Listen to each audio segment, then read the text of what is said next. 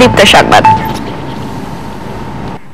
টানা 4 দিনের বৃষ্টিতে খেতে পানি জমে মুন্সিগঞ্জ ও চাঁদপুরে বিপুল পরিমাণ আলু নষ্ট হয়েছে।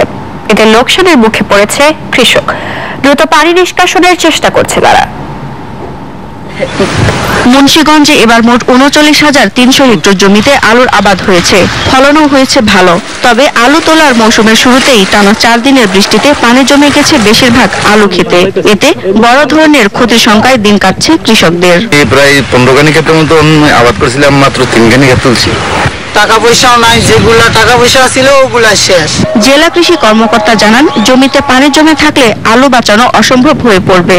দাঁড়ানো পানি যেসব জমিতে আছে আমরা কিছু কাজে পরামর্শ দিয়েছি যে ওইসব জমির আলু উত্তোলন করে নেওয়ার জন্য।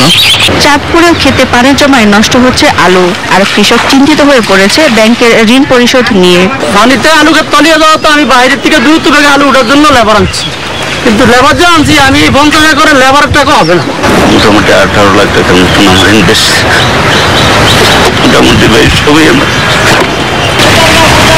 স্থানীয় কৃষি অধিদপ্তর বলছে, জেলার 8 উপজেলায় ক্ষতিগ্রস্ত কৃষকদের তালিকা তৈরি হচ্ছে। ক্ষতিগ্রস্ত কৃষকরা যাতে সরকারে আমাদের সহযোগিতা পেতে পারে, তাদের তালিকা এবং ক্ষতির পরিমাণ নির্ণয়ের কাজও চলমান আছে। জেলা কৃষি অধিদপ্তর জানিয়েছে, এবার চাঁদপুরে আলু চাষ হয়েছে প্রায় 13,000 হেক্টর জমিতে। উৎপাদন লক্ষ্যমাত্রা ধরা হয়েছে 2.5 lakh metric ton. Dilshan Danny, দীপ্ত বার্তা কক্ষ।